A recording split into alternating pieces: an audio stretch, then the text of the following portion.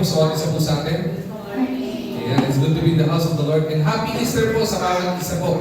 Sa bawat isa po sa atin. Ngayon po, pag nakita niyo po yung katabi niyo na medyo inaantok, okay? Pakiunawa po ng konti, alright? Bakit po? Kasi karamihan po sa kanila at sa amin ay maaga pong gumising kasi po kanina ay meron po tayong sunrise service sa IBC Main, kasama po yung ating po ibang mga churches sa Central at it was such a blessing. At hindi po na pangungusap ng Panginoon, and we appreciate po una lahat ng mga members natin who attended kanina. I think this is one of the most delegated po tayo na pumunta sa sunrise service. Humigit isang jeep tayo kasi may mga iba nag-commute pa. No? At kaya po mamaya kung may nakatulog sa inyo, nahilig ng konti sa inyo, intindihin nyo na po muna kasi po galing po yan sa sunrise service. Ngayon po, pag ako po nakatulog, habang nag-preach po ako, pakigising na lang din po ako. Alright? Kasi po kami ay mga alas 3 pa lang, gising na. Yung iba, 2:30 pa lang, gising na. Di ba excited? Hindi na natulog. Alright? Ngayon po umagang ito ay mag-aaral po tayo ng salita po ng Diyos. We are still in a message series po, the Missional Church.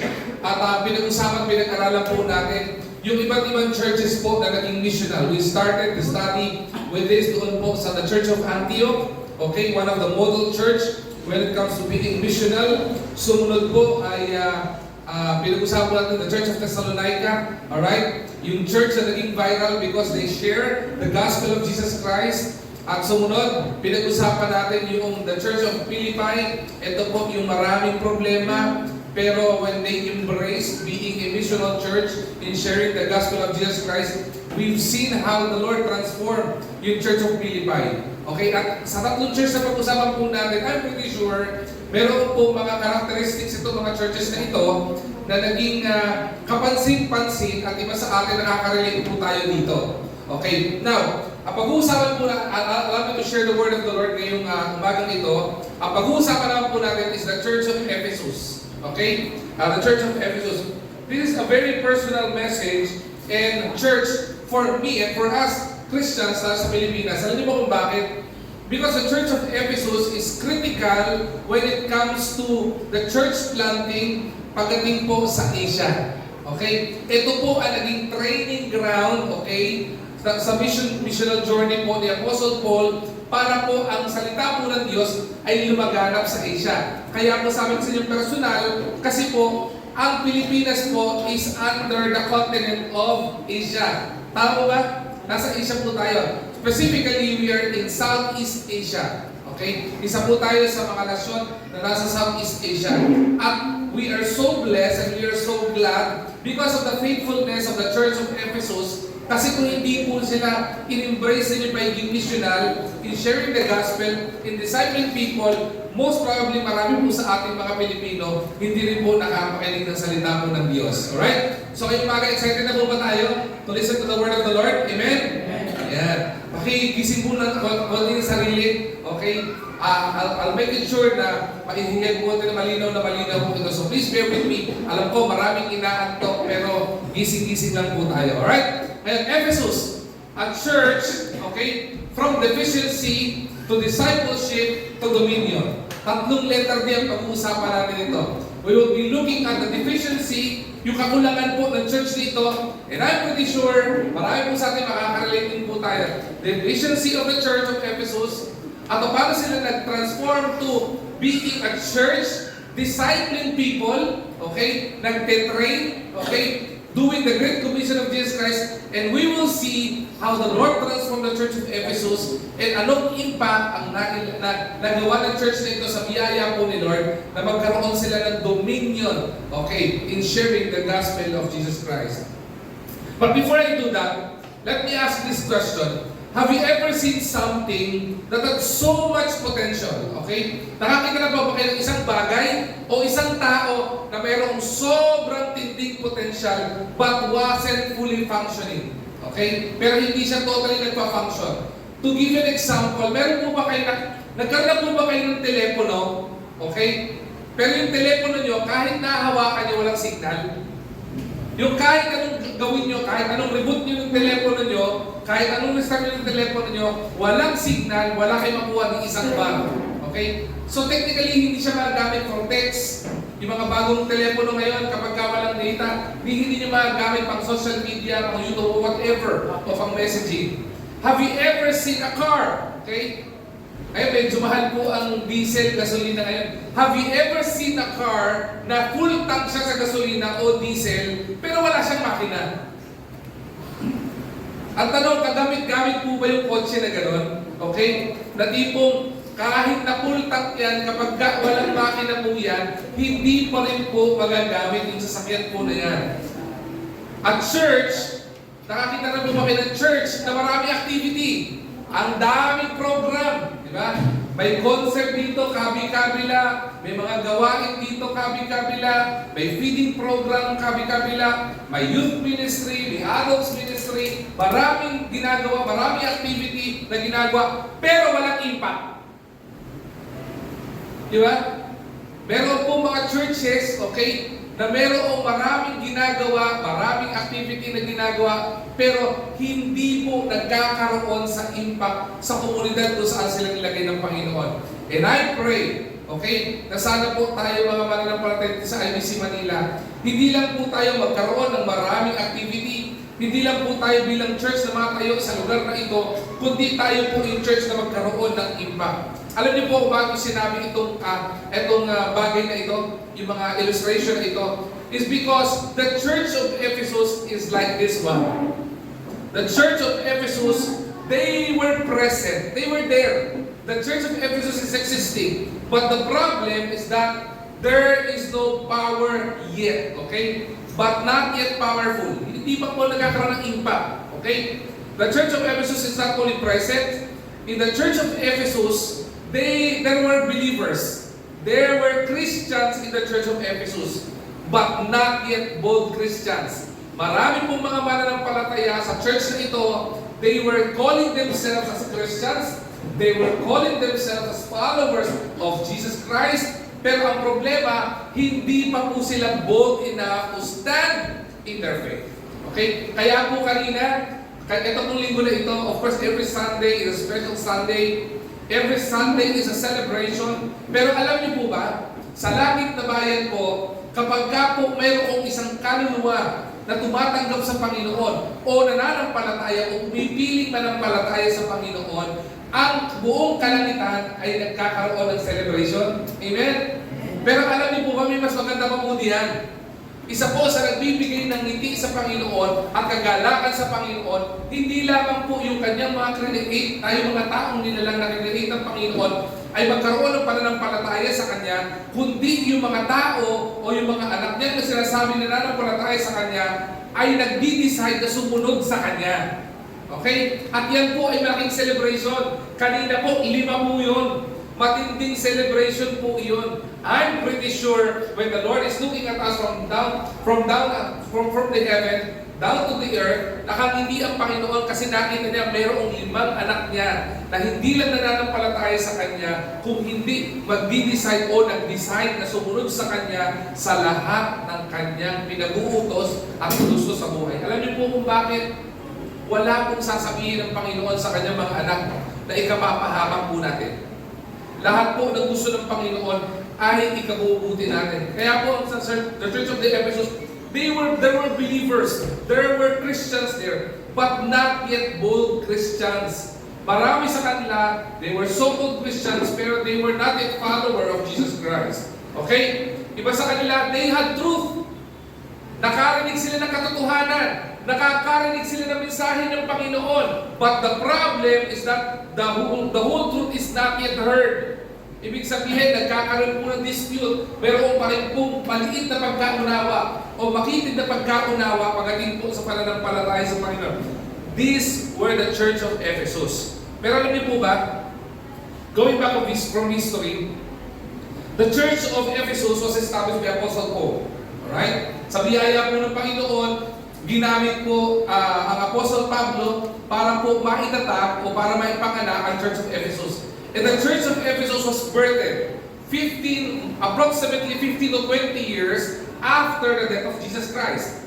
Okay? After ibigay ng Panginoon sa kanyang mga disciple, yung Great Commission, which is Matthew 28:19-20, which was given not only to the disciples, but given to all the followers of Jesus Christ. To go ye into all the world and preach the gospel, baptizing them in the name of the Father, the Son, and of the Holy Ghost, and lo, I will be with you always even unto the end of time. Dapat po tayo mga mananampalataya, kabisado na po natin yan. At hindi lamang po natin na kabisado po yan, dapat po isinasabuhay po natin yan. Because we understood from 3 churches na pinag-usapan na po natin, kapag ka po ang isang kapulungan tulad nito, kapag ka po ang isang church, inakap yung pagiging misyonal, pagiging intentional in sharing the gospel, pagiging intentional in teaching people, pagiging intentional in making disciples, nakikita po natin kung paano binabago ng Panginoon, hindi lamang po yung church, kung hindi po yung komunidad sa paligid ng church. Example is the Church of Antioch. Di ba? From the city of the dead, okay? Doon ang church na ito ay naging missional, they become the city of God. Tinransform ng Panginoon. Ang church of Thessalonica, a ordinary church, di ba? Isang ordinaryong church, katulad din po natin. Pero nung niyakap po nila yung salita po ng Diyos at yung misyon na pinag-utos sa kanila ng Panginoon sa paghahayag ng magandang balita, ano po nangyari sa kanila? They were known to be a viral church. Nung panahon na ito, wala pang social media. Pero dahil po sila ay masipag mag-share ng gospel. Sa tingin ko dito kinuha ng social media kung ba yung salitang viral. Alam niyo po kung bakit? Sabi ko nga po last Sunday, paano ba nagiging viral ang isang post? Kapag ang isang post maraming share, nagiging viral. Ganon din po ang ginawang konsepto ng mga mananampalataya sa Thessalonica. Marami sa kanila, halos lahat sa kanila, nag-share ng salita ng Diyos. That's why the gospel of Jesus Christ went viral during that time. In Philippi, okay, in Philippi, makita naman natin yung church ito kung paano binago ng Panginoon. Yung problema ng church, problema sa relationship within the church, pero nung niyakap nila, naging busy sila sa salita ng Diyos, hindi po sila nag-focus doon sa chismisan, sa problema sa loob ng church, rather than tumutok sila doon sa pinapagawa sa kanilang Panginoon to share the gospel. At nakita doon paano binago ng Panginoon. In Ephesus, ganun din po, mayroong deficiency po ito. Pero kung papansinin po natin, isa po sa pinakamatinding bunga ng Church of the Ephesus is none other known as Priscilla and Aquila. Okay, tanda po natin. Apostle Paul, the Lord allowed Apostle Paul to establish a lot of churches, not only to the Gentiles and to the Greeks, but to the Jews as well. At the same time, isa po ang pinakamalaking impact ng church pinag-uusapan natin ay ginamit po dito si Apostle Pablo. Alright? At kung titignan po natin, isa po, at paikot-ikot po si Apostle Pablo. Okay? At sa mga churches na ito, meron pong nagiging buga na iniiwanan sa church na ito, sa mga churches na ito. Okay? Pagdating po sa Ephesus, meron pong dalawa na kagilagilalas. Okay? Nabunga ang church na ito, na pinag-iwanan po at pinagyaman itong dalawang ito. They were known to be Priscilla and Aquila. Because after Paul's journey, okay, after the Church of Ephesus, pinamahala po niya ito kay Priscilla and Aquila. Now the question here is this, before I engage the message this morning. How does a church move from simply existing to truly impacting the world? IBC Manila, paano ba tayo magta-transform yung tayo bilang isang church na nag-i-exist lang? Yung nakikita, yung nagpupunta sa isang lugar na building katulad nito, na magkaroon na hindi lang church na nandito lang tayo, kung hindi nagkakaroon ng impact sa church na ito. Pwede po natin subukan yan. Alam niyo po paano? Bumaba po kayo, pumunta kayo sa palengke, at subukan niyo pong ipagtanong kung nasaan po yung church ng Baptist sa lugar na ito. Kapag ka po wala nakakaalam, ibig sabihin po niyan, wala pong nagiging impact itong church na ito o maliit ang porsyento ng church na ito ay nagkakaroon ng impact. Well, I'm not talking about popularity. What I'm saying is that if we are a missional church at ginagawa natin pagpamahagi ng magandang balita, hindi po imposible hindi tayo makilala at lalo tingin hindi makilala ang Panginoon. Kaya nga po sabi ng Bible, we Christians are to be the salt and light of the world. So ang tanong natin ay BC Manila, paano po ba tayo magta-transition from being a church that simply exists to a church impacting our community? Next question would be, how do we become not just a church who gather together every Wednesday, every Saturday, or every Sunday, but to be a church that is sending people all around the world? Tayo din nagsesend ng mga taga-share ng gospel sa buong mundo. Now, if you have your Bibles with you, I would like you to open your Bibles with me in the book of Acts chapter 19. Ito ang pinaka-main verse natin. Acts 19 verse 10. Alright? Acts 19:10. Pero gawin po natin, allow me to read the passage to you. Basahin ko po yung Acts chapter 19 verse 1 to 10. Alright? So may I request everyone to please rise as we give reverence to the reading of God's Word. Okay? Acts 19, 1 to 10. Ang pinaka-team verse po natin verse 10. Pero again, please follow me with your eyes as you read your Bible. Now, yung katabi niyo po ay walang Bible. Pakishare po ng Bible para mabasa din po niya ito. Kasi wala din po sa screen po niya. Okay? Pero basahin ko po sa inyo ng malinaw na malinaw. Ito po sinabi. And it came to pass that while Apollos was at Corinth, Paul, having passed through the upper coast, came to Ephesus. And finding certain disciples, he said unto them, Have ye received the Holy Ghost since ye believe? And they said unto him, We have not so much as heard whether there be any Holy Ghost. And he said unto them, Unto what then were ye baptized? And they said, Unto John's baptism. Then said Paul, John verily baptized with baptism of repentance, saying unto the people that they should believe on him which should come after him, that is, on Christ Jesus. Verse 5. When they heard this, they were baptized in the name of the Lord Jesus. And when Paul had laid his hand upon them, the Holy Ghost came on them, and they spake with tongues and prophesied. And all the men were about 12. And he went into the synagogue and spake boldly for the space of 3 months, disputing and persuading the things concerning the kingdom of God. Verse 9. But when divers were hardened and believed not, but spake evil of that way before the multitude, he departed from them and separated the disciples, disputing daily in the school of one Tyrannus. And verse 10, our theme verse. And this continued by the space of 2 years, so that all they which dwelt in Asia heard the word, and the Lord Jesus, both Jews and Greeks. May the Lord be blessed upon the reading of His Word. Sa madali po tayo manalangin. Pagin namin dakilang Diyos, salamat po Panginoon sa kaligtasan ka po Panginoon sa amin. As we remember Panginoon yung pagmamahal mo sa amin on the cross of Calvary. But Lord, we pray that you would continuously challenge IBC Manila to become missional church in sharing the gospel of Jesus Christ Panginoon all throughout the world. Panginoon, tato niyo po ako sa inyong likuran. Gabayan niyo po ako sa deliver your words. Then pray, Amen and Amen. Alright, na po tayo mag-sing po. Tingnan niyo po yung verse Tingnan niyo po yung verse 10 na ito, no? Ang sabi po dito, and this continued by the space of ilang taon po? 2 years. Okay? So that all they which dwelt in, ano po dyan, lugar po na yan? In Asia, okay, heard the word of the Lord Jesus, both Jews and Greeks. Isipin niyo po ito. Ano po ba yung nangyari po dito? Malalaman po natin nangyari po dito pag binalik po natin ng konti in verse 9. Ang sabi po sa verse 9, lahat po ng mga when divers were hardened, okay, and believe not, yung pong mga tao sa Ephesus, nakapakinig ng salita ng Diyos, kahit matitig ka sa puso, isipin niyo po ito Ito po yung mga tao na tumatanggi sa magandang balita ni Jesucristo.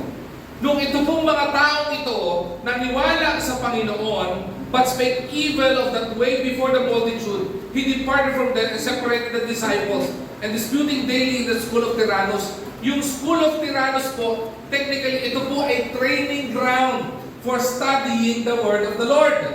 At yung mga Kristiyanong mananampalataya dito sa Church of Ephesus, they continued it for 2 years. 2 taon lang po ito. Okay? At sa loob ng 2 taon, ang sabi po dito, so that all they which dwell in Asia. Hindi po sinabi dyan, and some who dwell in Asia. Ang sabi dito, all who dwell in Asia have heard the word of the Lord Jesus Christ. Imagine kung gaano kasipag yung mga mananampalataya po dito. 2 taong ginawa po nila yan. Ang karamihan at lahat ng mga tao sa buong Asia, okay, ilang bansa po yan? Sa Southeast Asia, ilan po tayo dito? Technically, Japan, Philippines, and ano ba? Sa Down Under. Okay? At the same time, andyan po ang China, andyan ang Vietnam. Ang sabi po dito, in the span of 2 years, sa patuloy na ginagampanan po ito, narinig po ng mga taga-Asia ang salita po ng Diyos. Imagine yung sipag ng mga mananampalataya po ito. At ang dalangin po natin, ang inspirasyon po natin sa Church of Ephesus ay maging halimahal, kumbaga gayahin po natin o gawin po natin sila example ng kasipagan. Isipin niyo po, IBC Manila. Sabihin na lang po natin, maging masipag po tayo sa pagiging missional in sharing the gospel of Jesus Christ. Okay? Maging masipag tayo sa pag-visitation, pag-share ng gospel tracts, pag-share ng magandang balita ng Panginoon. Tandaan po natin to, hindi po nating trabaho, mga mananampalataya, na sila ay patanggapin kay Kristo. That is the work of the Holy Spirit. Hindi po si pastor, hindi po si Bible school student, hindi po tayo ang nagliligtas. Ang kumakatok po sa puso ng tao ay wala pong iba kung hindi po yung banal na spirito. Pero trabaho po ng bawat mananampalataya ang ibahagi ang magandang balita ng Panginoon. Ang trabaho po natin ay magtanim ng punla sa puso ng bawat isa. If I would be asking IBC Manila, how many gospel tracts have you distributed or how many souls have you shared the word of the Lord? Hindi po usapan dito, ilan ang pinatanggap po. Kasi hindi po natin trabaho yun eh. Ang tanong, ilan na po yung natamnan ng salita po ng Diyos dahil naging masipag ka para ibahagi po yan. Kaya po ako natutuwa po ako, may isang testimony dito kanina, I forgot kung sino ng testimony kanina. Sabi niya, nagpapasalamat po kila ate, kila kuya, kasi sinare po na sa iyo magandang balita ng Panginoon. Alam niyo bakit? May isang tao, may isang ate o isang kuya na tumutok sa kanya, kaya po siya nakakilala sa Panginoon at kaya po siya nag-decide para maging tagasunod ng Panginoon. And I'm praying na yung mga nag-testimony dito kanina ay maging ganun din sila. Ipasa nila yung natutunan nila sa kanilang mga ate at kuya mula sa salita ng Diyos sa mga ibang kaluluwa pa. And if only we will be doing that for 2 years, imagine, anong impact ang gagawin ng Panginoon sa church na ito, sa lugar kung saan tayo nilagay ng Panginoon. Bakit? Ito po mga taga-Ephesus, 2 taon lang po sila na nag-aral Sa account in the scripture, in the book of Acts, 2 taon na ginawa po nila ito, buong Asia nakarinig ng salita ng Diyos Hindi mo ba napakatinding sipag nun? Hindi mo ba kamangha-mangha yung ginawa at kasipagan itong mga ito? But the problem with us Christians ngayon time na ito, marami sa atin, we are so lax. Okay? Relax po tayo. Diba? Sa mga nangyayari, kahit na kapatid mo na, kamag-anak mo na, ayaw mabahagian ng salita ng Diyos Kamag-anak mo na, hindi mo mapapahagian ang magandang balita ng Panginoon. Ganun po ka-relax at nakakatakot ang mga mananampalataya sa panahon ito. Kaya po, kung isipin po natin, kahit na may deficiency, kahit na may problema, if we will embrace yung pagiging missional, in sharing the gospel, and making disciples, tandaan po natin may blessing na kasunod po lagi yan Tingnan niyo po, hindi mo ba napansin?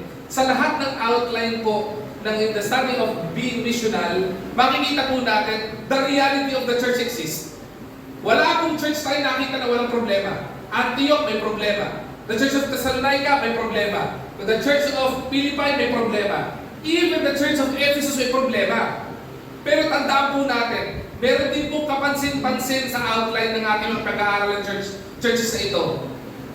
Sa kabila ng kanilang mga deficiencies, nung in-embrace po nila yung pagkakalalang sa kanila ng Panginoon, and that is to become missional, anong ginawa ng Panginoon? Laging may akibat na pagpapala ng Panginoon. Yung sa Antioch, ang pagpapala ng Panginoon sa kanila, nagkaroon ng matinding transformation. Hindi lamang sa church, kung hindi dun sa bayan kung saan sila nandoon. Binago ng Panginoon. In the church of the Thessalonica, di ba? Isang ordinaryong church, di ba? Hindi kilalang church, nag-viral, nakilala o ginamit ng Panginoon para maraming makakarinig ng salita ng Diyos. Isang ordinaryong church lang po iyon. The Church of the Philippi, okay? Makita po natin, ano meron sa kanila? May problema internally, pero nung niyakap nila tabi nila yung problema nila sa loob ng church, ang nangyari sa kanila, binago sila ng Panginoon at nagkaroon sila ng impact sa lugar kung saan nilalagay ng Panginoon. Pagdating po sa Ephesus, salamat sa Panginoon, nagkaroon ng Church of Ephesus. Alam niyo po kung bakit? Kasi po sa Ephesus, nagmula yung training ground ng mga manggagawa ng Panginoon, kaya po maraming churches sa Asia ang naitatan. Alright? Tingnan po natin itong bagay po na ito. Before I engage with the points, ilang points na naman po pag-uusapan natin, 3 lang naman po yan. Gusto ko po din niyo po itong picture na ito. Ngayon po, kapag bawat household, okay, ay meron nito, may wifi. Okay? Bawat coffee shop, may wifi. Bawat restaurant, may wifi. Ang bawat mall, may wifi. Imagine this. You walk into your house or you walk into a coffee shop, okay? And your phone automatically connects. Dahil madalas na mo yung bisita doon. Automatic, connect ka. O sa bahay mo, may internet kayo, may wifi ka sa bahay. Pagpasok mo sa bahay, dahil naka-on yung wifi mo, at naka-on yung wifi router, nakatulad po nito, automatic connect yung phone mo. Pero pagpasok mo, okay, nakita mo yung phone mo at saka yung tablet mo o yung telepono mo, naka-full signal. Di ba may wifi yan, may wifi na icon yan, yung parang paleta na may baligtad. Okay, on better V na gano'n, tapos may mga bars na gano'n. Nakita mo, naka-full bar po yun. Pero, pagpunta mo sa search engine mo, wala kang ma-search. Pagpunta mo sa Netflix mo, hindi ka makapag-Netflix. Pagpunta mo sa Facebook mo, hindi ka makapag-Facebook. Pagpunta mo sa YouTube mo, hindi ka makapag-YouTube. Bakit? Ang ginawa, pinag-load lang siya. Diba? Connected ka, madami yung bar mo, pero ang dating, hindi ka connected.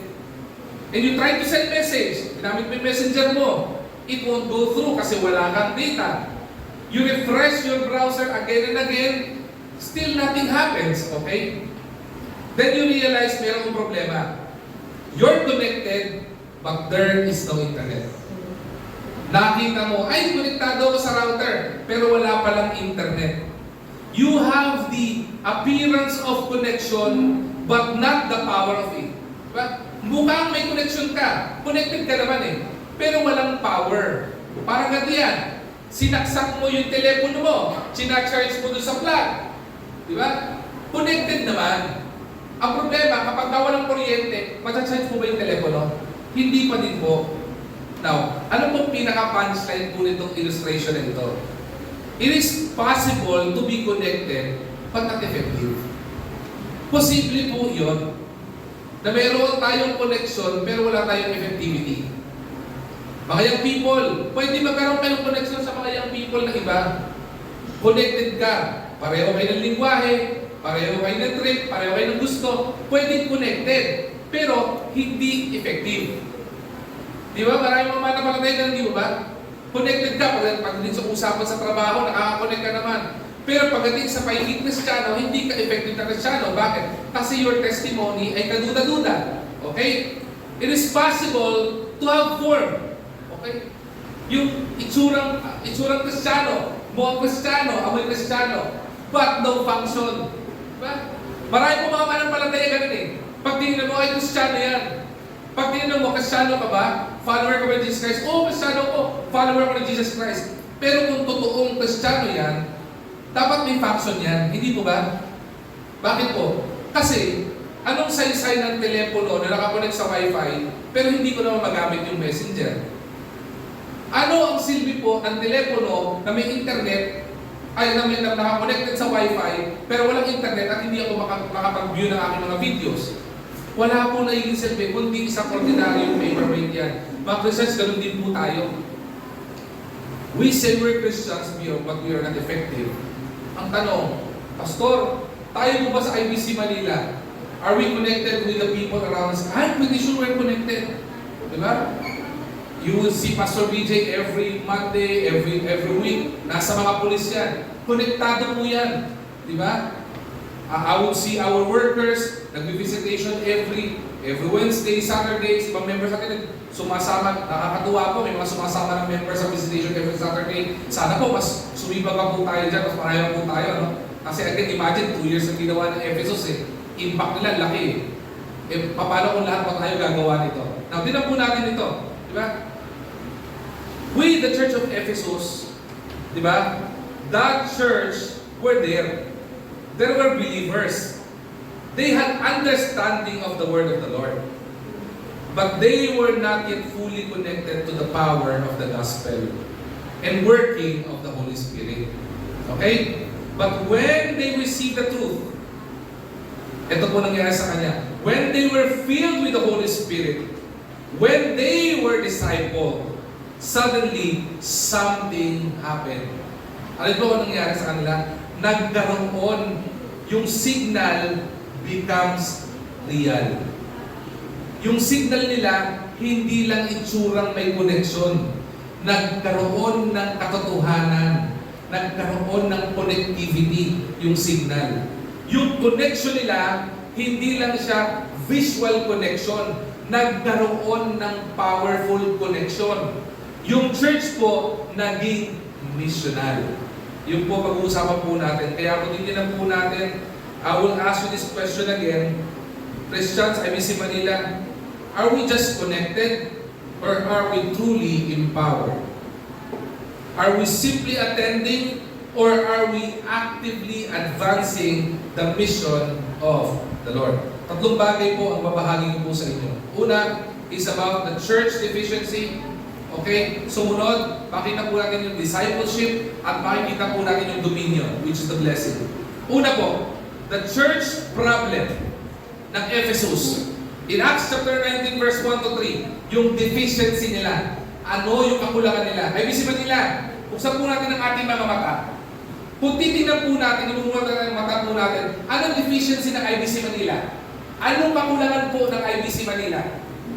At tulad din po ba ng Ephesus po ito? Tingnan po natin paano yung mga kakulangan dito. Una, the deficiency of the church of Ephesus is this. Okay? Deficient in truth. Bakit? Ano sabi sa verse 1 to 3? And it came to pass that while Apollos was at Corinth, Paul, having passed through the upper coast, came to Ephesus and finding certain disciples. Nakakita si Apostle Paul ng mga tagasunod, mga mananampalataya. At ang sabi ito, they said unto them, tinanong nila itong mga mananampalataya sa lugar na ito, have you received the Holy Ghost since you believed? And they said unto him, sagot po ng mga taga-Ephesus, we have not much heard whether there be any Holy Ghost. Sipin niyo po ito mga Kristiyano po ito. Pero hindi nila alam, wala silang kaalaman na mayroong Holy Ghost. Mayroong banal na Espiritu. Ibig sabihin, mayroong katotohanan, pero hindi pa rin sapat yung katotohanan at kaalaman nila sa katotohanan ng Panginoon. At mahalaga po dito, yung pagkilos ng banal na Espiritu sa lugar. Okay? At sabi ito, and he said unto them, unto what then were ye baptized? And they said, unto John's baptism. Nung tinanong po sila, anong pagkakaalam mo sa baptism? Ang pagkakaalam ko lang po, si John binaptize. Kaya po maganda po yung mga bata natin dito, yung binaptisman kanina. Hindi lang kayo basta nilublob. Kasi kung nilublob lang kayo dyan, iisip nila para lang kayo naligo. Di ba? Pero pag tinanong mo yan, dahil ang ginagawa po natin, pinapaliwanag natin sa kanila, ipinapaunawa kung bakit mayroong paglubog, bakit may baptism, bakit ang mode ng baptism, anong simbolo, bakit inilulubog, hindi biniwisikan. May iba biniwisikan lang, di ba? May iba dinuduraan lang. Di ba? Pag kulang ng tubig, spray lang na gano'n. Di ba? Sa atin, bakit nilulubog? Pinapaliwanag po yan. Pastor, gusto ko rin maunawaan yan para hindi ako maging katulad ng mga taga-Church of Ephesus na konti lang ang alam. Kung gusto niyo pagpapabaptismo o sumunod sa Panginoon, mag-enroll po kay Pastor PJ. May bayad po, Pastor? Wala po, libre. Yung gospel po, libre. So yung katuruan din po sa pagsunod sa Panginoon, na ikabubuti rin po natin, libre din po yun. Okay? Ganun din po din sa lugar na ito. When they were asked, nakita po nila Apostle Paul, may mga mananampalataya na. Pero kulang pa po, deficient pa po sa katotohanan. Kaya po mahalaga ang pag-aaral. Kaya po mahalaga ang Bible study. Kaya po mahalaga ang small groups. Kaya po mahalaga ang discipleship group. Kasi dapat patuloy po tayo nag-aaral ng salita ng Diyos para mas lumalim yung kaalaman po natin sa Panginoon at para mas tumibay yung pananampalataya po natin sa Panginoon. Now, katulad po ng mga nasa Church of Ephesus, nakakilala na po sila sa Panginoon, pero kulang pa yung kanilang pagkakaunawa. Kaya po nakaintindihan na ni Apostle Pablo, deficient sila sa katotohanan. Incomplete ang understanding of the gospel. Masakit po yun anything that is incomplete, dangerous. Tama po ba? Kapag ka po incomplete, subukan niyo po, bumili kayo ng isang laruan o bumili kayo ng isang gamit. Okay? At yung pinili yung gamit, may instruction para assemblein. Kapag ka may nawala pong isa sa instruction, mabubuo niyo ba na maayos? Hindi. Pag pinilit nyo, pwede nyo mabuo, pero possible masira po yan. Kunyari, binuo nyo, 10 yung screw. Lahat po yun, sapat. Nung nabuo nyo na, nakita nyo may 2 extra. Grabe, ang bait yung binili ko. May 2 extra screw. Yung totoo, dahil kulang yung instruction mo, possible masira yung binuo. Ganun din po, maraming pananampalataya, nasisira ang pananampalataya kasi kulang sa katotohanan.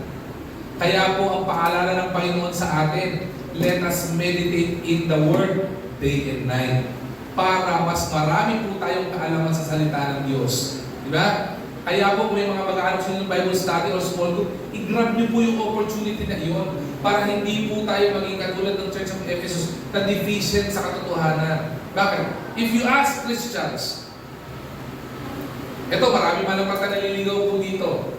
Pag tinanong, paano mo nalaman Kristiyano ka? Minsan hindi po natin alam. Ang tanong, paano mo nalaman ligtas ka? Iba sa Kristiyano, hindi alam.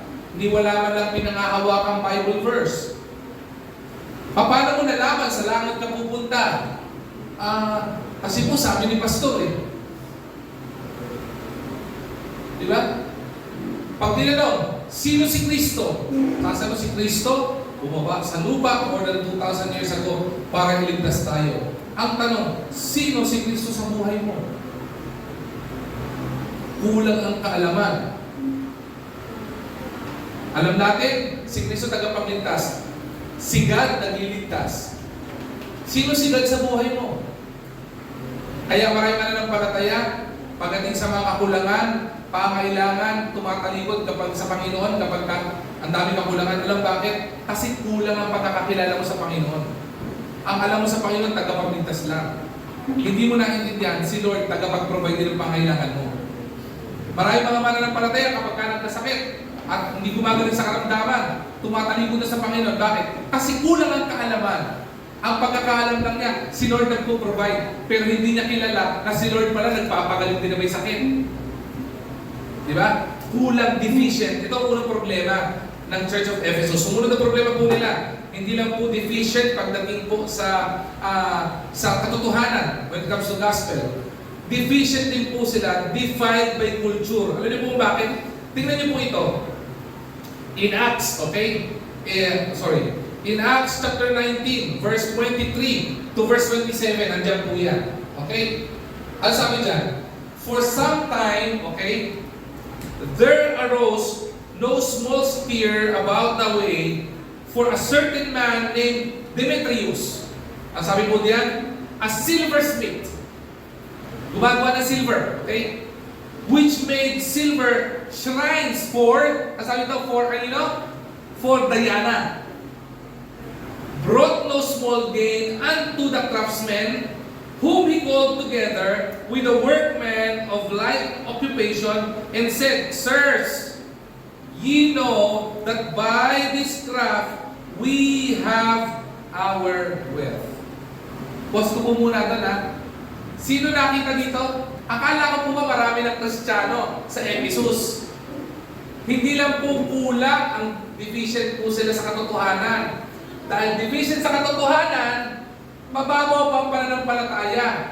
Kaya nung may nakita silang craftsman, silversmith, gumagawa ng silver, anong ginawa po nila? Gumawa siya ng shrine. Okay? Gumawa siya ng graven image for a certain person named Diana. At we-worship po niya ito. So anong pangalawang deficiency sa lugar na ito ng Ephesus? Yung kanilang culture is defiled. Defiled by culture. Bakit po? Alam po natin, okay, ano sabi sa Ten Commandments? Isa sa pinag-uutos ng Panginoon, there should not have any other gods besides me. Sabi ng Panginoon. Ipinag-uutos po ng Panginoon yan na ilathala po yan sa bato na ibinigay kay Moses. Ipinag-utos po yan na wala po tayong sasambahin ibang Diyos maliban sa Diyos lamang. At dahil sa kultura po nito, gumawa sila ng isang imahe. At itong kailang wina-worship. Kaya po tayong mga mananampalataya, tunay na mananampalataya, hindi po tayo sumasamba sa mga idols. Di ba? Alright? Hindi po tayo sumasamba sa mga imahe na gawa lamang po ng tao. Bakit po? Dahil po malinaw po yan. Old Testament pa lang po, ayaw na po ng Panginoon yan. Eh tanong, bakit marami po sumasamba sa mga Diyos-Diyosan o sa mga graven image? Kasi nga po, katulad ng Church of Ephesus, konti yung kaalaman. Iilan lang po yung kaalaman. Kasi pag alam mo, galing pala yung nag-create sa atin sa mga sumasamba sa mga Diyos-Diyosan o sa ginawa lamang ng tao, hindi mo gagawin yan. Tama po ba? Paliwanag ko po sa inyo. Kapag ka ang alam nyo na kapag ka nagnakaw ka, makukulong ka pag nanakaw ka ba? Tama po ba? Sabi ng batas, ignorance of the law excuses no one. I would remember this. Allow me to use this illustration. Si Papa po, nag-Saudi po yan for a very long period of time. So marami po mga pagkakataon, wala po sa Pilipinas. One time, umuwi, galing po siya ng POEA sa may Robinsons. Pagtawid po niya may OWA dyan eh. Ngayon, iba na pangalan ng OWA dyan eh. Pumunta po siya doon para may asikaso yung papel dahil pabalik po siya ng Saudi ulit. Pag uwi niya ng bahay, galit na galit tatay ko. Mainit ang ulo. Sabi ko, Papa, ano nangyari? Sabi niya, hinuli ko. Nang ano pa? Jaywalking. Tumawid siya sa Robinson sa EDSA ng jaywalking. Ang sagot niya, doon sa pulis na nahuli sa kanya, ilang taon ako, 2 taon ako wala sa Pilipinas. Hindi ko alam, bawal pala towing dito. Ano sabi ng pulis? Tay, kahit po hindi nyo alam, magbabayad pa rin po kayo ng fine. Bakit? Ignorance of the law, excuses no one. Ganun din po eh. Hindi porkit hindi alam ng mga tao sa Ephesus na hindi tama sumama sa Diyos-Diyosan, dapat na nilang gawin yun. Kasi ibubho, okay, ng Panginoon yung pagsamba. Bakit? Because God is a jealous God. Wala siyang gustong ibang sinasamba kung hindi siya lang. At siya naman dapat ang sambahin. Siya lang naman po ang Diyos eh. Ang unang problema nila, deficient sila. Saan? Deficient in truth. Sumunod, defiled by culture. Okay? Sumunod po. Ano ba sumunod? Deficiency nila. Decrease in love. Kaya kung titignan po natin in the book of Revelation, nakarelate po ito doon po sa the Church of the Ephesus. Sabi sa Revelation chapter 2 verse 4, Nevertheless, I have somewhat against thee, because thou hast left thy first love. Pansinin niyo po, nung una po tayo mga mananampalataya, love na natin si Jesus, di ba? Patunayan ko po sa inyo yan. Ayun, magsasummer na naman, magka-camp na naman. lahat ng mga young people, after the camp, di ba, ang init-init sa pananampalataya, pagdating niya sa church, kinasandi yan, maniwala ka, ni ayaw umuwi sa bahay. Tama ba yun? Bakit? Because you felt that love, compassion sa Panginoon. Ito rin po mga mananampalataya sa Ephesus, ganoon din po nung una sila nakakilala sa Panginoon, ang init nila sa Panginoon. Pero habang lumalaon ang panahon, yung kanilang pag-ibig sa Panginoon nagdi-decrease. Bumababa. Sana po mga mananampalataya sa IBC Manila, the more na tumatagal tayong mananampalataya, hindi po tayo maging katulad ng Church of Ephesus, na habang tumatagal, habang tumatanda sa pananampalataya, mas lalo nagdi-decrease yung pagmamahal. Ang tama po, ang ideal po sa harapan ng Panginoon, habang tumatagal ka sa pananampalataya, kahit may problema, kahit may pagsubok, okay, lalong tumitibay ang pagmamahal mo sa Panginoon. Tama? Parang sa mag-asawa, hindi porkit nung mga nanliligaw pa lang kayo, di ba? Sobra, nagbibigay ka ng chocolate, nagbibigay ka ng bulaklak, lahat ibinibigay mo, pati buwan, bituin, susungkitin mo, paabot mo lang ang oo ng asawa mo, mga asawa mo. Pero, nung naging girlfriend mo na, nawala na yung chocolate, bulaklak na lang at saka date. Diba? Nung mag-asawa na, nawala na yung bulaklak, nawala na yung chocolate, nawala na yung pagsungkit sa bituin. Hindi pinababayaan mo na yung asawa mo. Abay mo, umidad na kayo. Ano nangyari? Hindi na kayo magkatabi sa kama. Nagkakainisa na kayo. Bakit? Inis na inis ka na sa kanya. At nagsisisi ka pa, bakit siya napakasawa mo? Hindi mo nakakalungkot yun na kung kailan tumanda na kayo, doon pa bumababa at nawawala yung pagmamahal nyo? Hindi mo mas maganda yung habang tumatagal ang panahon, mas lalong tumatamis at tumitibay ang pagmamahalan nyo. Hindi ba? Kung dati, chocolate at bulaklak lang binibigay mo, ngayon, di ba? Naging diabetic na asawa mo kasi maya may chocolate siya. Magpakasasa ka. Bakit? Ganyan katamis ang pag-ibig ko sa iyo. Di ba? Ganon din po sa Panginoon. Dapat po, hindi nagdidinis yung pag-ibig. Sa Ephesus, naging kakulangan at problema ng Ephesus ito. Habang tumatagal sila sa pananampalataya, hindi lang kulang sa katotohanan, hindi lang po sila sumasamba sa Diyos-Diyosan because their culture is defiled. Dahil po sa pag-ibig din po nila is decreasing as well. Okay? Ngayon, paano po in-address nila Apostle Paul ang problemang ito? Alam ko, gusto niyo yung dominion, hindi mo ba? Yung blessing eh. Paano po in-address ito? At paano po, anong ginawa nilang hakbang para magbago at magkaroon ng impact at effectivity itong church na ito? Alam niyo po kung ano, ito pong second point na ito. The church process, alam niyo pa ano, is discipleship. Discipleship. Pag-mentor, pagtuturo. Paano po ba natin mapupunan yung kakulangan sa katotohanan? Hindi po ba sa pamamagitan ng pagtuturo? Bakit? Mayroon po bang matututo kapag wala nagtuturo? Maaari, meron. Pero, kapag hindi professional na nagturo sa'yo, hindi rin tama yung matututunan mo. Pero maganda, may nagtuturo para mayroong matuto. Ano? Paano niyo po ba nalaman si Kristo? Hindi ba kaya niyo nakilala si Kristo? Kasi may nagpakilala sa Kanya? Hindi ba may nagturo sa inyo? Kaya po, ang pinakamahalagang proseso makikita natin dito would fall on discipleship. Ilang bagay po yung makikita po natin dito proseso in discipleship na in-apply ng Ephesus. Alam niyo po kung ano? Una, the church process of discipleship is controlled by the Spirit.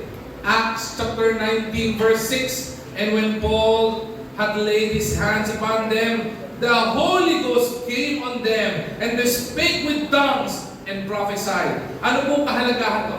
They were controlled by the Spirit.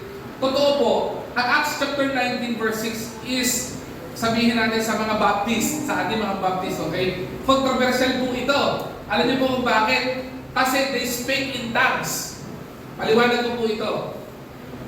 Tayo po, hindi po tayo tayo naniniwala doon sa speaking in tongues na hindi po naiintindihan. Kapag ka po may nagsabi sa inyo, kunyari, nagpe-pray, no? Nagsalita ng lingwahe hindi maintindihan. O sinabi niya, na parang naggagarble yung kanyang bibig. Hindi po biblical speaking in tongues yan. Alright? Ang paliwanag ng iba, sabi niya, it is the language of God. How did you know that it's the language of God? Malinaw po 1 Corinthians, when you speak in tongues, it should edify the church. Ibig sabihin, nai-encourage ang church. Paano ka ma-encourage pag hindi mo maintindihan siya sabi? Diba? Kung sinabi mo kay Phil,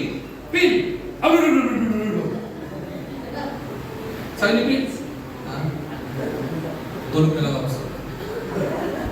Hindi ka ma-encourage, hindi po ba? Bakit hindi mo naiintindihan? Now, dito po, they speak in tongues.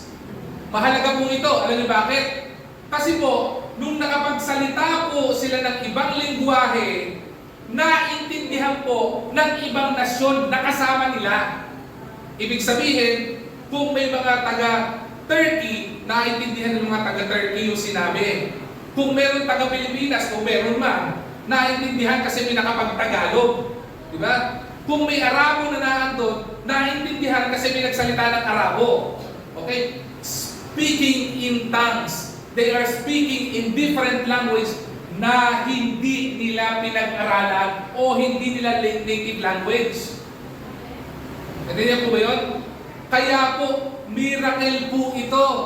Mahalaga po ang Holy Ghost. Isipin nyo, isang tao nakapagsalita na ibang lingwahe na hindi niya natural language, hindi niya pinag-aralan ng lingwahe, paano niya magagawa yon?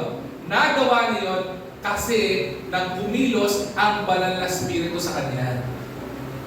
Kaya po, pag ang church natutong mag-disciple, bahagi po nito that we allow ourselves to be controlled by the Holy Spirit.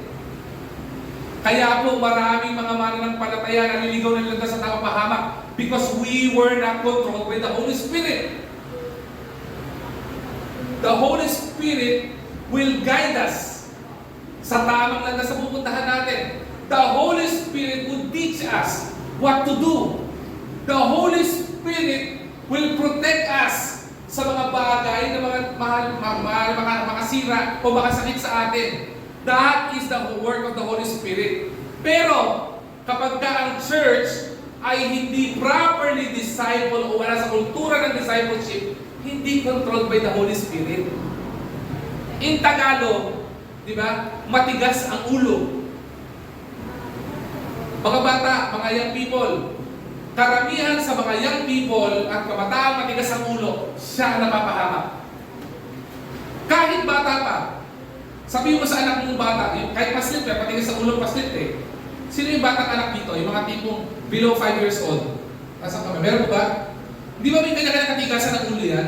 Subukan mo, sabihin mo sa kanya, anak, huwag mo ipasok yung daliri mo dyan sa electric fan. Di ba? Liliit yung daliri mo. Ano gagawin niya? Kung ano yung pabawal mo yung gagawin niya, di ba? Anong ginawa niya? Napalingat niya ng pansin. Anong ginawa niya? Pinasok yung daliri niya. Narinig mo tumunog. Di ba? Masasunod na narinig mo, wow! Bakit? Masakit, di ba? Anong gawin mo sa kanya? Di ba sabi ko sa iyo, masakit pagka pinasok mo yun dyan? Anong ginawa ng nanay o tatay? Total matigas ang ulo, bakit yung daliri mo pa? Ipasok natin. Ano gagawin niya? Di ba ayaw na ipasok? Bakit? Na-experience siya. Alam niyo mga mananampalataya, bakit po sa atin ganun eh? Because we were not controlled by the Spirit. Ano nga sa atin, napapahamak tayo. Ang masakit, buti pa yung bata.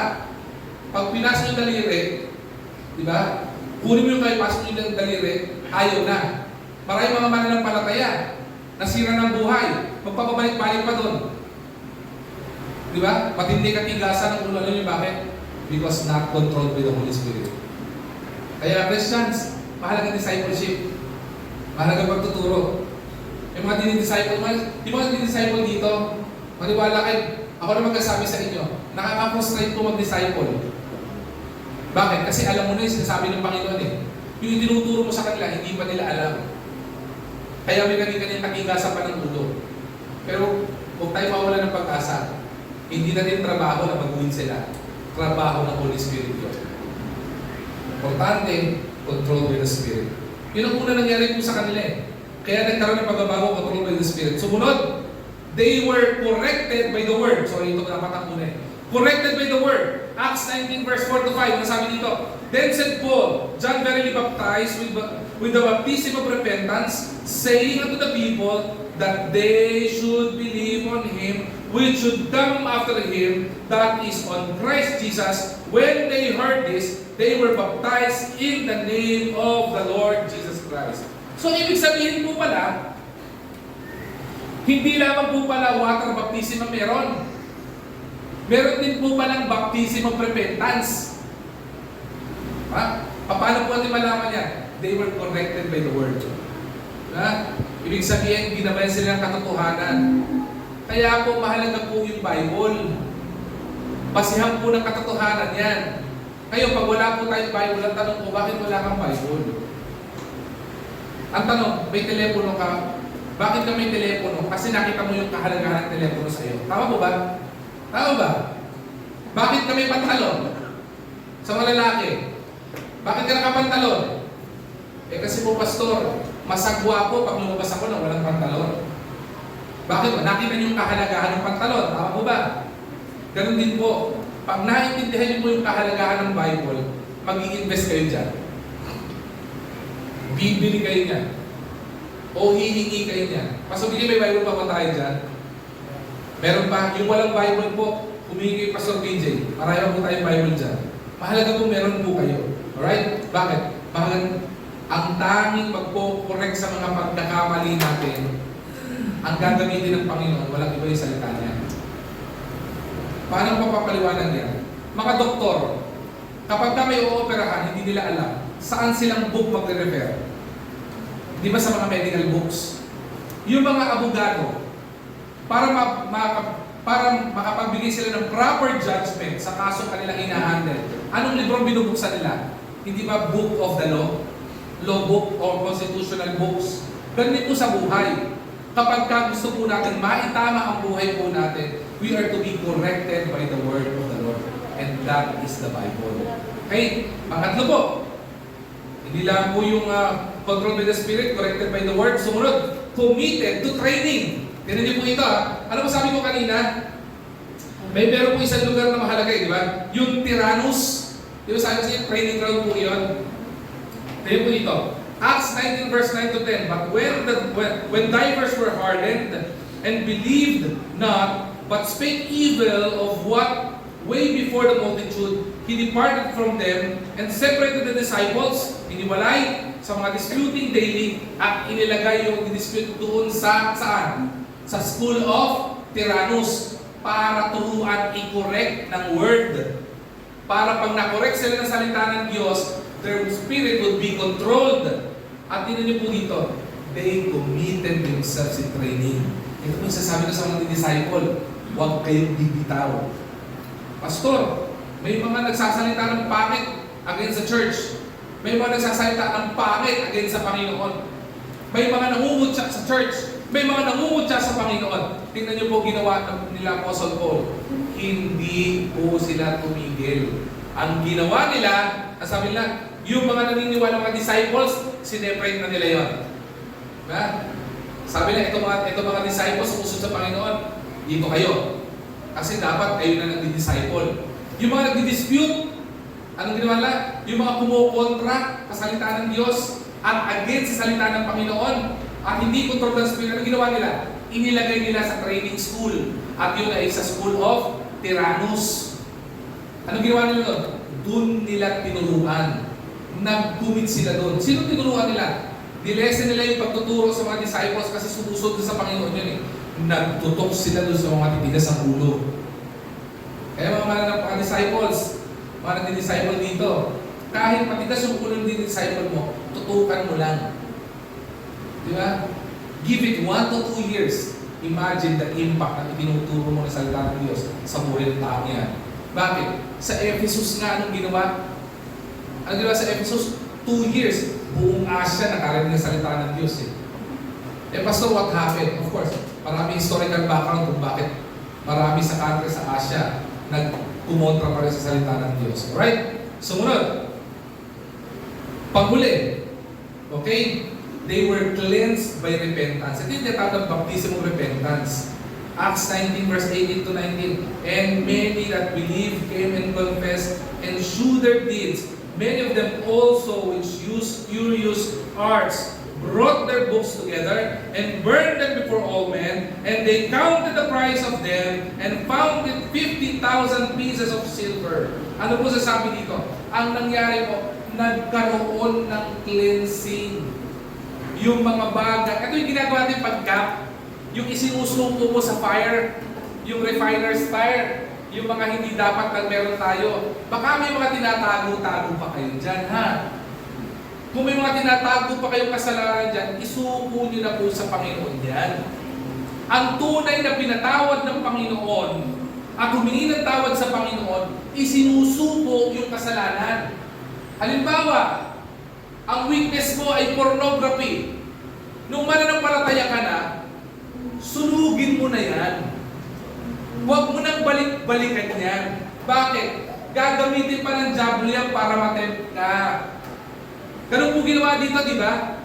Ang ginawa nila, lahat ng mga naglilid sa kasalanan, sinunog nila o ibinenta po nila. Hindi mo ba? Isinantabi. Bakit? Kasi ang mahalaga sa kanila, yung cleansing of repentance. Yung magkaroon ng kapatawaran sa Panginoon at sila ay malinis ng Panginoon. Kasi totoo, malinaw po ang Romans 12 verse 1 to 2. The Lord can transform whoever believes in Him. For ourselves to become a living sacrifice, holy and acceptable unto the Lord, and pleasing to the Lord. Pero, kailangan din po nating mag-decide. Kailangan po natin magdesisyon na kung tayo ay humingi talaga ng tawad sa Panginoon, ay linisin din po natin ang ating mga sarili sa anong bahid ng kadumihan. Di ba? Kasi kahit anong gawin mo, di ba? Kahit ang isang tao, di ba? Kunyari, sino bang gawin ng example? Ito na lang. Sino to? Sean! Yan. Si Sean. Okay ka, Sean? Si Sean! Ang ginawa niya, hilig niyang maglaro sa pusali. Ano yung pusali?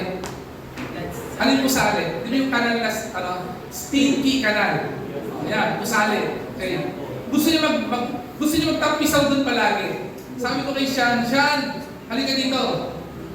Mabaho dyan. Di ba? Dito ka. Dinala ko siya doon sa bagong nire-renovate na CR. Pinaliguan ko siya. Nilinis ko. Tama? Ang tanong, pagkatapos sa paliguan, luminis pa si Sean. Yes! Humango pa si Sean. Yes! Amoy James pa rin ba siya? Yes! Hindi na. Luminis na eh. Sabihin talaga. Ngayon, ang mga mananampalatayang ganun din po, nung tayo po ay tumanggap sa Panginoon bilang sariling tagapanginoon sa ating buhay, nilinis na tayo ng Panginoon. We were washed by the blood of Jesus Christ. Praise the Lord. Hindi po ba? Naging mabango, naging maayos ka na. Pero, pagkatapos ng paliguan si Sean, lumabas siya ng church, may bukas na pusali, tumalon siya ulit doon at tampisaw. Anong amoy ni Sean pag tayo pagkal siya doon? Amoy James uli siya. Bakit? Bumalik siya doon eh. Ang tanong, Kristiyano pa si Sean o nilinis pa naman? Opo, nilinis pa rin si Sean. Pero problema, bumalik siya sa pusali, kaya amoy Zerbox na naman siya. Nakakatawa po, di ba? Pero marami po mananampalataya gano'n. Yung nilinis ka na ni Lord, niligtas ka na ni Lord sa pusali ng kasalanan, pero bumabalik at bumabalik ka pa rin. Kailangan magkaroon po ng desisyon sa puso natin that we are cleansed by repentance. Kasi a truly repentant person, di ba, would adhere to what the Lord wants to him and for him. Di ba? Ganun po, they were cleansed by repentance. Alam mo paano nangyari po ito? It is all through discipleship. Ginawa ni Apostle Paul, tinutukan niya si Priscilla, tinutukan niya si Aquila, tinutukan niya itong mga to. Tinutukan niya yung mga Kristiyanong matatapat na disciples sa Ephesus. And in 2 years' time, the church, from people who have, this church who have attending people, nagkaroon sila ng church who have an impact all throughout Asia. Yun po ang nangyari sa kanila. Ay, bisi Manila, imagine niyo po ito. Diba? If only we will be intentional not only in sharing the gospel, but in making disciples. Isipin niyo kung ano po pwedeng gawin at paano tayo pwedeng gamitin ng Panginoon para magkaroon tayo ng impact. Hindi lang sa Pedro Hill, kundi sa buong Panginoon. Imposible po ba yun? Hindi po. Sa Ephesus nga, buong Asia eh. Sa atin, localized lang eh. Manila pa lang eh. Eh, Pastor, bakit parang wala po tayong impact? The question is not about God. The question is, are we, di ba, zealous enough? Masipag po ba tayo? O baka para tayo mga taga-Ephesus, tamad mag-aral ng salita ng Diyos, kaya kulang sa kaalaman. Diba? Tamad mag-aral ng salita ng Diyos, kaya lagi nagkakasala. Gumagawa ng mga bagay na hindi nakakalugod sa Panginoon. Diba? Sumasamba sila sa Diyos-Diyosan. Believe it or not, ang Diyos-Diyosan ay hindi lamang graven image. Marami po tayong Diyos-Diyosan. Ano po yung mga Diyos-Diyosan natin? Anumang bagay, anumang sitwasyon, o sino man na inuuna mo maliban sa Panginoon, Diyos-Diyosan mo yan. Diba? Nagkataon lang, nung panahon na ito, ang Diyos-Diyosan nila ay yung ginawa ni Demetrius na isang silversmith na gumawa siya ng graven image for Diana na kanilang sinasamba. Pero still, the concept remains. Nagkasala pa rin po sila. Pero habang patuloy na nag-disciple itong mga to, and people suddenly transformed by the grace of the Lord, imagine the impact na nagkaroon po sila. Kaya po, mga disciples, mga nag-disciple dito, tuloy lang. Pastor, ngayong taon na ito, ang naging talagang matibay lang na disciple ko, isa lang. Don't worry, si Apostle Paul nga eh, ang naging kapakipakinabang lang sa kanila dito. Sa Ephesus, isipin niyo kung sino iniwanan niya. Dalawa lang, di ba? Priscilla and Aquila. Dalawa na matapat sa Ephesus, pero buong Asia nakapakinig ng salita ng Diyos. Dalawang tao, kasama si Apostle Paul. Tatlong tao, buong Asia nakarinig ng salita ng Diyos. Ay, bisi Manila, we are more than 3. At kung magiging masipag tayo katulad dito sa mag-disciple, pagtuturo ng katotohanan, pag-share ng gospel, pag-mentor, to have these young people, to these adults, to these ladies and men of this church na maging followers of Jesus Christ, imagine the impact na po pwedeng gawin. At doon ako tatapos sa last point na ito. Alam nyo ba, tingnan nyo po yung blessing. The blessing ng church na ito sa Ephesus is the church impact. Alam nyo Dominion. Dominion. Nagkaroon sila ng matinding influence. Okay, yun po ibig sabihin ng dominion. Acts chapter 19, verse 10 and verse 20. Ilang bagay lang po yan, 4 na bagay lang po, na patunay na nagkaroon sila ng dominion at impact sa lugar nila. Ano po una? Declaration spread. Acts 19:10. And this continued by space of 2 years, so that all they which dwelt in Asia heard the word of the Lord. The word reached all Asia. Declaration spread. The gospel was spread abroad. Ephesus was in the upper section of Turkey, but the gospel was propagated all throughout Asia. Noong panahon na ito, walang eroplano. Okay? So, mahirap mag-travel. Karamihan ng travel, dalawa lang. It's either by sea or by land. It's either you walk, you ride a donkey, o whatever, camel ang pwede mo sakyan, o sumakay ka sa bangka. Isipin niyo yung struggle nito Tatlo. Paul, Aquila, Priscilla. The hurdle, transportation is by walking, by riding a donkey or a camel, or riding a bangka. Hindi boat. Bangka. Hindi pa ganun kalaki. Nasasagwanin nila. Pero all Asia heard the word of the Lord.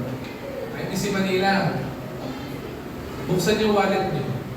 Kahit mahal ang gasolina, may pamasahe kayo. Ito mga ito, walang pamasahe. O meron man, pero kailangan lang maglakad. Diba sa inyo, may motor pa, di ba? Diba sa inyo, hindi lang motor meron kayo. May bisikleta pa kayo. Iba may kotse pa. Yung isang kilala kong pastor dito, may higing 2 motor. Ayaw palang i-release sa baba. Diba? Pero, kung magiging masipag tayo, ang dami nating resources, ang dami nating advantage. Baka naman hindi lang Asia ang pwedeng gamitin ng Panginoon o baka rin ang salita ng Diyos if and only if people in IBC Manila would be zealous enough to share the gospel of Jesus Christ. Declaration spread. That's the first dominion. Sumunod, darkness shaken. Acts 19, verse 19 to 20. Many of them also which used curious hearts brought their books together and burned them all before all men. And they counted the price of them and found 50,000 pieces of silver. Yung kadiliman ng kasalanan, it was shaken. Bakit? People turn from darkness to light. People who loves doing sin. Yung masarap sa paggawa ng kasalanan, nawalan sila ng panlasa dun sa kasalanan. Ayoko na gumawa niyan. Dati, iniibig yung paggawa ng kasalanan. Ngayon, masalimuot na sa kanila. Andindi na sila sa paggawa ng kasalanan. Darkness were shaken. Di ba ang ganda nun? Kapag kayong mga tao, di ba? Hindi na nag-iisip ng paano gagawa ng masama sa kapwa niya. Kundi ginagawa niya yung mga makakabuti sa kapwa niya. Yung ayaw niya nang gumawa ng mga bagay na ikalulungkot ng Panginoon. Ang gusto nilang gawin yung mga ikangingiti ng Panginoon at nililigaya ng Panginoon. Because darkness were shaken. Mula nung nag-disciple sila, mula nung nag-share sila ng gospel, mula nung naging intentional sila ibigay ang missional church, darkness were shaken. And that is not only in the church of Ephesus. That is all throughout Asia. Diba? Darkness were shaken. Bakit po? Hindi mo ba Panginoon lang naman may kakaya ng basagin ng kasalanan? Yung pamilya niyo po ba ngayon puno-puno ng kasalanan sa loob? Husbands and wives quarreling together. Diba? Siblings quarreling with each other. Diba? Nagkakagulo kayo sa pamilya, nagkakagulo sa trabaho. Tingnan niyo kung anong dahilan. Is it because of you? Is it because of her? Is it because of your siblings? O yung kapatid mo? Tingnan mo lagi. Laging may kasalanan involved. Kapag kami nag-aaway, pansinin mo, laging may kasalanan involved. Bakit? Ayaw ng Diablo na maging maayos kayo. Ayaw ng Diablo na maging maayos tayo sa isa't isa. Kaya gagawin ng Diablo, gagawa siya ng kadiliman. Para ano? Para magkasira-sira yung relationship. Hindi plano ng Panginoon yun, di ba? Jeremiah 29:11. The plan of the Lord is not to harm us, but to prosper us. Di ba? The plan of the Lord is to give us peace and hope. Di ba yung plan ng Panginoon? Kapag maging intentional tayo in making disciples, darkness will be shaken. Kaya din ng Panginoon. Bakit? Tatanggalin ng Panginoon yung kaliliman, papalitan niya ng kaliwanagan. Sino gusto ng madilim? Mas maganda kayo maliwanag. Bakit? Makikita mo ang kulay ng buhay kapag ka maliwanag. Kapag ka padilim, wala ka makikita kung diblak lang. Ganun din po, impact nila, darkness was shaken. Last two, demand shifted. Acts 19:26. Moreover, you see and hear that none alone at Ephesus, but almost throughout all Asia, these Paul hath persuaded and turned away much people, saying that they be no gods, which are made with idols. Ano nangyari? Nagbago yung nag-shift yung demand nila. Dati lang gusto nila sumampa sa Diyos-Diyosan. Ngayon, gusto nilang gawin yung tunay na Diyos. Di ba? Nagbago. Yung dati, di ba? Pagdating sa gawain ng Panginoon, walang gana. Pagdating sa gawain ng Panginoon ngayon, yun ang gusto-gusto nila. Di Di ba? Yung tipong paglilingkod sa Panginoon, kinakatamaran. Yung pangyayari sa kanila, nag-shift yung demand nila, nag-shift yung isip nila. Ngayon, gusto ko na magpagamit sa Panginoon. Pag-volunteer ako sa ministry. How can I share the gospel of Jesus Christ? How can I be part of the church? Nagbago yung kanilang laman ng puso at desire. Demand shifted. At ang pangulit, dominion, makita din beses sa kanila, disciples multiply. They become multipliers. Dumami ng disciple. Bakit? Nung una, si Paul lang. Di ba nung tinanong niya, sino mananampalataya? Nag-train siya. Nag-train niya sino? Si Priscilla and Aquila. Ano nangyari dito? Multiple disciples. Sabi ito, and this continued by the spaces of 2 years, so that all of which went in Asia have heard the word of the Lord Jesus Christ, both Jews and Gentiles. Ano nangyari? Nagkaroon sila ng mga katuwang sa gawain. Kapatid, hindi mo kaya ng pastor nyo na sila lang ang mag-share ng gospel. Kahit kasama ko po si Pastor BJ, kasama ko si Pastor Christian, kasama ko yung mga asawa ng pastor na narito, kasama yung mga church workers and volunteers natin. Diba? We can only do as much. But imagine kung sama-sama po tayo gagawa nito. Imagine everybody would share the gospel of Jesus Christ. Imagine everybody would make disciples. Imagine the dominion. Multipliers were developed. Sige niyo po yun, dumami. Let me ask you. Diba?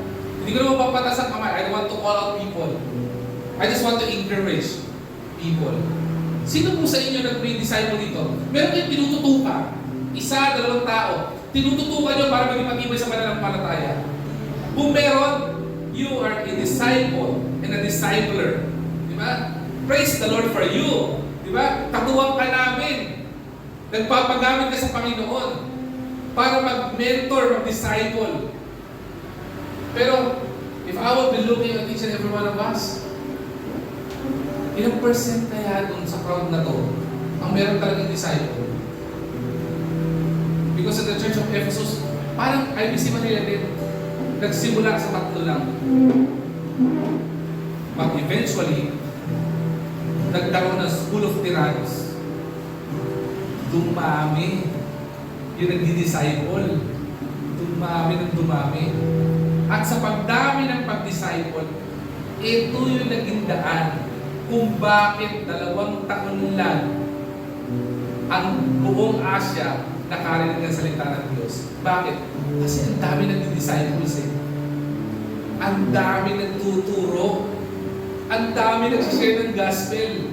Everybody was so excited to share the word of the Lord. Sana po IBC Manila, katulad po ng Church of the Ephesus, lives reproduce throughout every region. Ano ba tawag po sa church ng Ephesus? At a regional church. Nagtrabaho po ako before sa isang pharmaceutical company which was birthed from a multinational company. Ang tawag po nila sa mga kontinente ay region. O ikaw, regional manager ka. Pag sinabi regional manager ka ng Southeast Asia, ibig sabihin, lahat ng mga country sa Southeast Asia hawak mo. Regional manager. Ganun din po ang church ng Ephesus. They become a regional church. Bakit? Because they send out missionaries, disciple missionaries, so that all of the people in Asia, from Southeast Asia, from Asia Minor down to Southeast Asia, makarinig ng salita po ng Diyos. Alam niyo bakit? If I would sum up the preaching this morning, ito po maintindihan natin. God takes deficient church, develops it through discipleship, and deploys it for dominion. Ulitin ko po God takes deficient church, develops it through discipleship, and deploys it for dominion. Ang ginagawa niya, hindi po mahalaga sa Panginoon kung sino yung church. Hindi mahalaga sa Panginoon kung mayaman yung church o may kakayanan yung church. Pinipili ng Panginoon ng ordinaryo. Kahit na depisyente pa yan. Deficient church were chosen by God. Alam bakit? Kasi, ang gagawin ng Panginoon na i-develop niya to become disciples. Kay Missy Manila, ano man ang kukulangan natin sa lugar na ito, whether pananalapi yan, tao yan, o kagamitan man yan, talento man yan, o kahit ano man deficiency natin, if we will entrust our lives and our souls to the Lord, He will develop us for discipleship. Maniwala po kayo, kami po mga pastor na naririto, even into our last breath, we will pursue the calling of the Lord Jesus Christ. So please do pray for us. Itutuloy namin ang pagtuturo ng disciple, no matter what it costs. Kasi doon kami tinawag ng Panginoon eh. Bakit? Masarap po yung pakiramdam na gamitin ka ng Panginoon at ma-develop ka into discipleship. Bakit? Because at the end of the day, masarap ko na makita ng disciple din. Maaaring ako, tinututukan mo ngayon, Pastor BJ, Pastor Christian, tinututukan niya, di ba? Sila Daniel, sila Joseph. Isipin niyo po, dati, yung mga batang to, mga bubuhay-buhay lang dito to. To be honest, si Joseph, di ba, pagpakata si Joseph, matutuwa ka pag nagpakata si Joseph, di ba? Grabe eh. Nakakatuwa yung development ni Joseph. Pero nung unang inabot ko itong bata na to, buwisit to. Iba ang kakulitan nito. Iba ang katigasan ng ulo nito. Pero tingnan mo naman, nung nagtiwala sa Panginoon, paano binago ng Panginoon? Hindi lang binago ng Panginoon yung itsura. Pati buhay binago. Pati yung desire sa buhay. Nagulat nga ako, nagpapastor to eh. Bakit? Hindi ko inakala magpapastor to. Ang akala ko dito magiging pastor. Pero nagplano magpastor sa akin, wow! Ano naging kahanga-hanga sa mga batang to? Magmula sa batang matigas ang ulo at makulit na matakot ako sa church. Kaya maraming kahoy doon sa glory ng church doon na lumubog dahil sa kulitan nito mga katropa nito.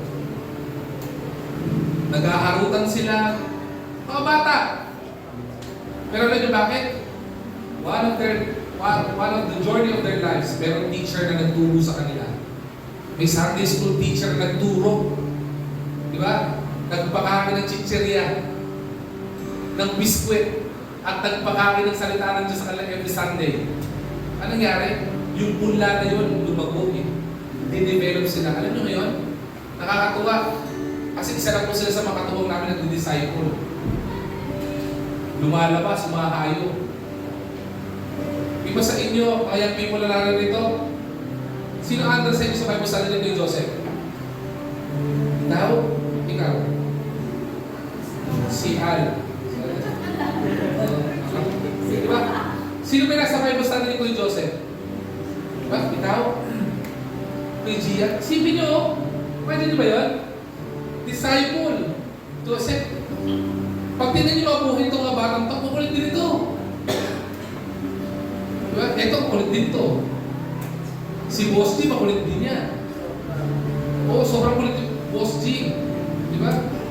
Lahat ng mga poses sa, nililigawan niya.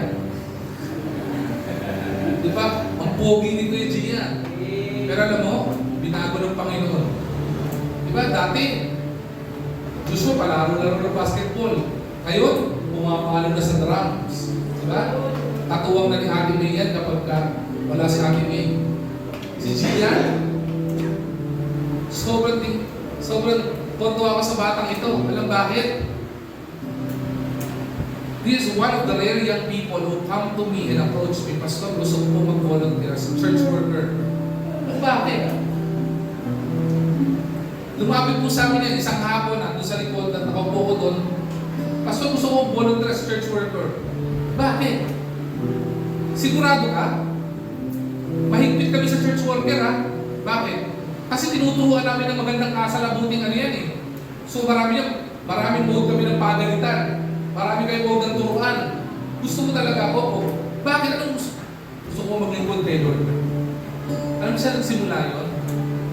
I-trace back nyo. Mayroong mga tao na nag-disciple sa kanila. Kaya kayo, mag-disciple din kayo. I've heard, I've seen, even si Kuya Joshua, di ba? Gaganyan-ganyan yung tsura niya. Nagda-disciple na rin namin, may study ka na rin, di ba? Tama ako? Wala na. Wala pa. Pero nakita ko may parang grupo kayo, di ba? Nag-disciple sila ng kabarkada nila. Si Kuya Gian, di ba? Nagpa-Bible study. Di ba? Pamilya niya, bina-Bible study niya. Imagine, replicating these disciples. Imagine, Kuya Joseph. Di ba? Imagine, 100 of Kuya Joshua. Oh my goodness. Malamang hindi lang ako mapanot. Makalbo na ako. Maubos man ang buhok natin kung meron namang kaluluwa na susunod sa Panginoon. Okay lang yun. Huwag tayong susuko. Just like the Church of Ephesus. Hindi mahalaga sa Panginoon kung division ng church. God will take control of that division church. And He will develop into discipleship. And makikita natin how the Lord will deploy us for the kingdom. How the Lord will transform us. How the Lord will bless us. Looking forward to 2 years. Anong year? Ano day po ngayon? Today is April, ano? April 5. April 5 of 2026. May it be recorded that if we go back of April 5, 2028, na hindi tayo pa rin ang nakita. Makakita tayo maraming kaluluwa kasi maraming tumanggap ang hamon ng Panginoon na katulad ng Church of Ephesus. Hindi tinignan yung deficiency nila. Kundi tinignan nila na kahit deficient kami, magdi-disciple kami because we want to see the dominion and the blessing